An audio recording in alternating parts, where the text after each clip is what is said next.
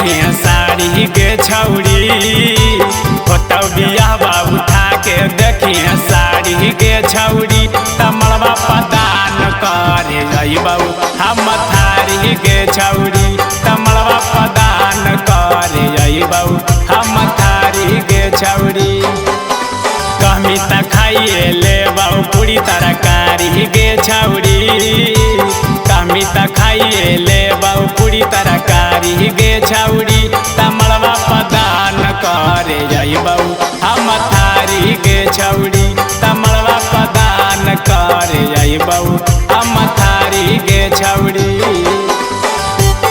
Music by DJ Sarfaraz. तमड़वा प्रदान करे अइबऊ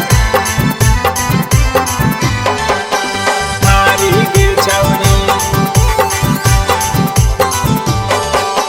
जखने ढरे तो छौड़ी शंख पानी तखने चढ़े दू भर सोना चांदी कुछु नहीं करता कोई हमारा चिन्हो हकौ खाली तोरे मामानी चिन्हो हकौ खाली तोरे मामानी। जखने ढरे तो छौड़ी शंख पानी तखने चढ़े दू भर सोना चांदी कुछु नहीं करता कोई हमारा चिन्हो हकौ खाली तोरे मामानी तोरे मामानी। गांजा दारू पी के न अइबऊ तारी गे छौड़ी गांजा दारू पी के न अइबऊ तारी गे छौड़ी तमड़वा प्रदान करे अइबऊ हम थारी गे छौड़ी तमड़वा प्रदान करे अइबऊ हम थारी गे छौड़ी।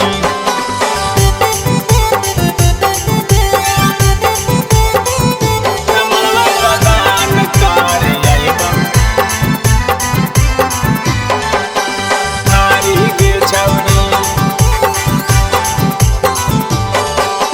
बड़ी दिन कहनी छौड़ी हमरा प्यार गे अम्मा जले तऊ सुनवे भातार गे करे लगनी छौड़ी सोरहो सिंगार गे बढ़े लगता छौड़ी घर परिवार गे बढ़े लगता छौड़ी घर परिवार गे। बड़ी दिन कहनी छौड़ी हमरा प्यार गे अम्मा जले तऊ सुनवे भातार गे करे लगनी छौड़ी सोरहो सिंगार गे बढ़े लगता छौड़ी घर परिवार गे घर परिवार गे। नीतीश यादव के बनमी तू प्यारी के छौड़ी डीजे सरफराज के बनमी प्यारी